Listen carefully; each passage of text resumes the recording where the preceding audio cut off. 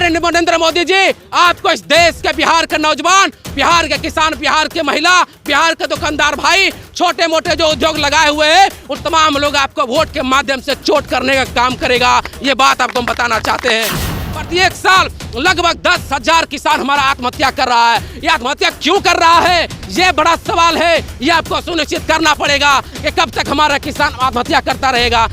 अगर आज खामोश रहे तो कल सन्नाटा छा जाएगा। अगर आज खामोश रहे तो कल सन्नाटा छा जाएगा। हर बस्ती में आग लगेगी, हर घर जल जाएगा। इस सन्नाटे के खिलाफ अगर आप लोग आवाज नहीं उठाएंगे तो देख लीजिए, शिक्षकों के ऊपर कुछ दिन पहले बिहार के अंदर लाठीचार्ज की गई थी और बीजेपी के लोगों ने पुलिस को बुलाकर लाठीचार्ज करवाई थी। चप्पा चप्पा गूंज उठेगा इनकलाब के नारों से। हम इस बात को इसी के माध्यम से हम कहना चाहते हैं कि इस देश के अंदर तानाशाही सरकार फिर से हावी हो गया है। हम आदरणीय नीतीश कुमार जी से बहुत मोहब्बत करते हैं। जब हमारा जन्म हुआ था तब नीतीश कुमार मुख्यमंत्री बने थे और मुख्यमंत्री बने थे। आज देश के लोग, आज जो नौजवान 2004 में 5 में जो जन्म लिया होगा, आज उनका इंटर की डिग्री प्राप्त हो गया होगा, लेकिन उन्होंने कभी किसी को बता दीजिए बिहार के अंदर मगध यूनिवर्सिटी है, क्या किया गया? मगध यूनिवर्सिटी को 5-5 साल में डिग्रियां दे रही है मगध यूनिवर्सिटी में। बताइए हमारे नौजवानों का भविष्य आने वाला क्या होगा? यह बड़ा सवाल है इस देश के अंदर। और इसे सवालों को लेकर अगर जागरूक नहीं हुए तो देख लीजिए क्या होने वाला है। हम फैज अहमद साहब का एक नज्म है, मैं सुनाना चाहता हूँ आपसे। आपको कहते हैं, उन्होंने कहा था, अगर आज खामोश रहे तो कल सन्नाटा छा जाएगा। अगर आज खामोश रहे तो कल सन्नाटा छा जाएगा। हर बस्ती में आग लगेगी, हर घर जल जाएगा। इस सन्नाटे के खिलाफ अगर आप लोग आवाज नहीं उठाएंगे तो देख लीजिए, शिक्षकों के ऊपर कुछ दिन पहले बिहार के अंदर लाठीचार्ज की गई थी और बीजेपी के लोगों ने पुलिस को बुलाकर लाठीचार्ज करवाई थी उन्होंने।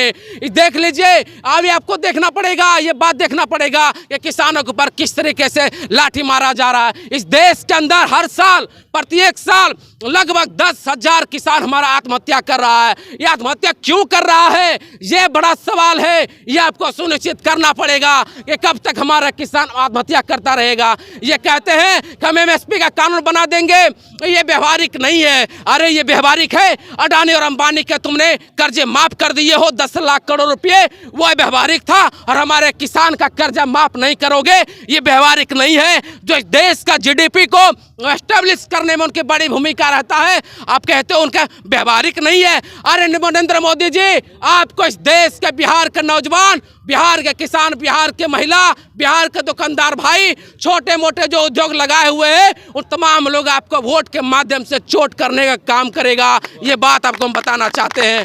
ये बिहार का नौजवान जग चुका है। मुझे याद है इमरजेंसी का दौर, मुझे याद है जब टोटल रेगुलेशन इसी बिहार से हुआ था, संपूर्ण क्रांति, जब प्रकाश नारायण ने नारा दिया था संपूर्ण क्रांति का। इस बार बिहार से नौजवान नारा दे रहा है कि आने वाला भविष्य में जिस तरीके से मोदी सरकार ने तानाशाही रवैया लगाया है, उस तानाशाही रवैये के खिलाफ बिहार से नौजवान जाकर उनको वोट के माध्यम से चोट करने का काम करेगा। ये बात आपके माध्यम से बताना चाहते हैं हम।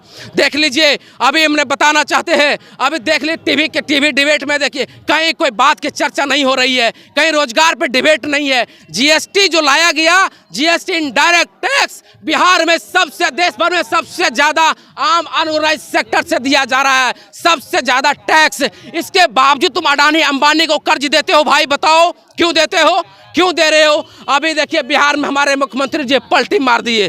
कुछ लोगों ने कहा कि बिहार के मुख्यमंत्री जी पर कोई किसी तरह का भ्रष्टाचार का आरोप नहीं है, ये तेजस्वी यादव पर आरोप है, उसके लिए हमने पलटी मार दिए। तो मुख्यमंत्री जी, आपको इस बात की जानकारी नहीं थी? जब पलटी मार कर आए थे तेजस्वी जी के साथ, तब आपको इस बात की जानकारी नहीं थी भ्रष्टाचारी लालू प्रसाद यादव है, तेजस्वी यादव भ्रष्टाचारी है, तब इनके साथ आपने हाथ क्यों मिलाया था?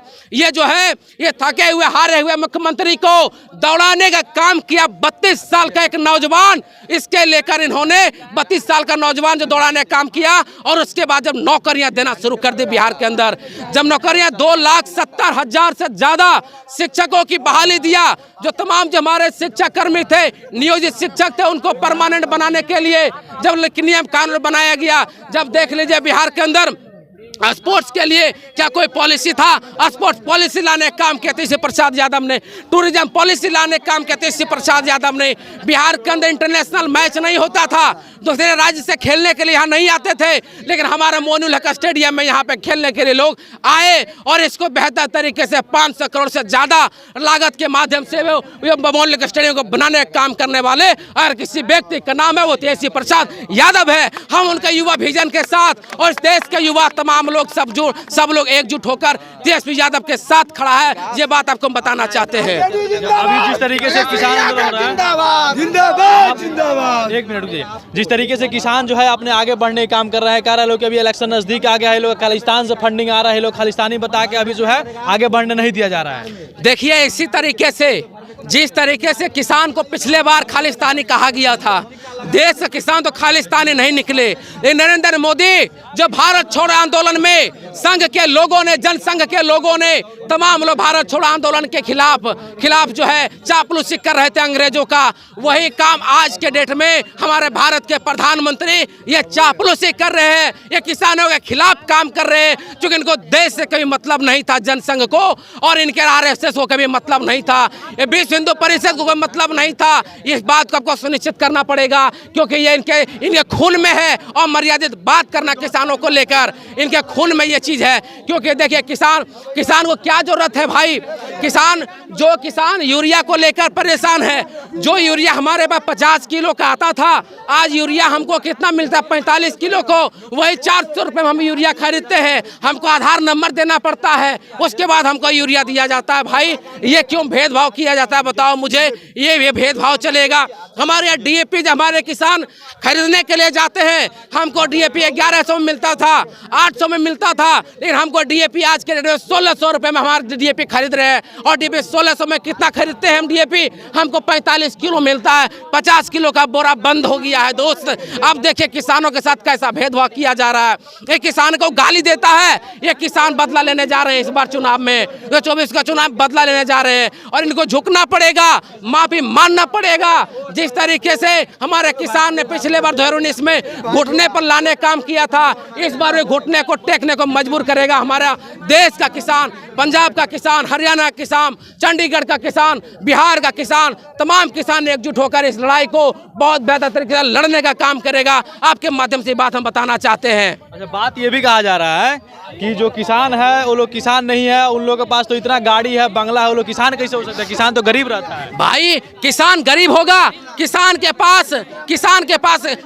पास हमारे पास किसान के AC में नहीं रह सकता है, किसान के पास कार नहीं हो सकता है। ये कहते हो देश का किसान, तब भी हमारा देश का किसान फटे हुए कपड़े पहनते थे, तब भी किसान हमारा बेहतर कपड़े उनके पास नहीं होता था। क्या आज भी हमारे किसान के पास कपड़े नहीं हो, उनको गाड़ियां नहीं हो? आज भी वो हल के माध्यम से खेती करें। जब हम वो काम करेंगे तो हम भारत को स्टेबल नहीं कर पाएंगे, हम भारत को GDP में मजबूत नहीं कर पाएंगे, क्योंकि किसान को जब तक हम समर्थन मूल्य नहीं देंगे तब तक हम बेहतर भारत का, विकसित भारत का जो प्रधानमंत्री कल्पना कर रहे हैं, हम विकसित भारत बनाएंगे। अरे भाई तुम विकसित भारत कैसे बनाओगे? जब तक तुम भारत के किसान को विकसित नहीं करोगे तो खाक बनाओगे तुम देश के किसान को, देश को तुम विकसित भारत बनाओगे। इन्होंने कहा था कि हम विश्व गुरु बना रहे हैं भारत को, कैसे बनाओगे भाई? विश्व गुरु बनाओ। गुरु किसको कहते हैं? जिसके पास ज्ञान हो। तो ज्ञान मिलता कहाँ है भाई? ज्ञान मिलता है विश्वविद्यालयों के अंदर, ज्ञान मिलता है यूनिवर्सिटियों के अंदर, ज्ञान मिलता है कॉलेजों महाविद्यालयों के अंदर। हमको वैसे कॉलेज महाविद्यालय बनाना पड़ेगा। अरे जब बना हुआ हमारे पास JNU से संस्था बना हुआ है, तो JNU को बंद करने की साजिश चल रही है। अरे वो JNU जहाँ हमारे देश के नौजवान, जो सबसे आखिरी पैदान पर खड़े हमारे नौजवान है, उस नौजवान को जो चाहता है JNU से विश्वविद्यालय में जाकर हम पढ़ाई करेंगे, जहाँ 2000 से भी कम खर्च पड़ता है। हर कोर्स जब करने जाएंगे 100-200 में कोर्स कंप्लीट हो जाता है। उस विश्वविद्यालय को प्राइवेट करने की साजिश चल रही है। बताइए जब विश्वविद्यालय बंद हो जाएंगे, प्राइवेट हो जाएंगे, तो आपको लगता है इस देश का जो मुसहर जाति के लोग आते हैं, जो डोम जाति के लोग आते हैं, जो हमारे समाज में चमार जाति के लोग आते हैं, क्या आपको लगता है ऐसे तमाम जाति जिनको गिनाए हैं, क्या ये लोग पढ़ पाएंगे, विश्वविद्यालय में पहुंच पाएंगे? इनको क्या विकसित कर पाएंगे आप? हमें इनको बात करना पड़ेगा, इनके लिए सवाल करना पड़ेगा। बताइए मुझे, ये किसान इस देश के अंदर कहते हैं 65% से ज़्यादा लोग भारत में कृषि पर डिपेंड है। बताइए, जब फिर कृषि हमारा बर्बाद हो जाएगा तो हम रोजगार कहाँ देंगे लोगों को, कहाँ रोजगार में देंगे? जहाँ कहते हैं 65% युवा हमारा भारत में, प्रधानमंत्री जब दुनिया में जाते हैं तो कहते हैं युवा देश से आए हैं, हमारे देश में 65% आबादी हमारे युवाओं को है। अरे भाई, तुम युवाओं की बात करते हो, ये बात क्यों नहीं कहते हो कि भारत के अंदर सबसे ज़्यादा युवा बेरोजगार है, हम बेरोजगार वाला देश से आए हैं? ये बात तुम क्यों नहीं कहते हो? ये सवाल क्यों नहीं पूछा जाएगा? ये सवाल उनसे जरूर किया जाना चाहिए। और इस माध्यम से, आपके माध्यम से फिर से अपील करना चाहते हैं, जब 2024 का चुनाव में अप्रैल में जब वोट करने के लिए वो जाएंगे तो इस बात को सुनिश्चित करके वोट करना चाहिए उनको। आने वाला भविष्य में आपके साथ कैसा खिलवाड़ किया जाएगा, इस बात को आपको सुनिश्चित करना चाहिए। चलिए, तो ये था किसान आंदोलन जिस तरीके से अभी चल रहा है देश में, उन्हीं सारे मुद्दों पर बात हो रही थी। बाकी इस वीडियो को देखकर आपको कैसा लगा कमेंट करके जरूर बताइएगा। आप किसान आंदोलन पर क्या सोचते हैं, किसानों को सपोर्ट में है कि नहीं, कमेंट करके जरूर बताइएगा। आप देख रहे थे पब्लिक की आवाज़ और मैं हूं साहब राज। बहुत बहुत धन्यवाद।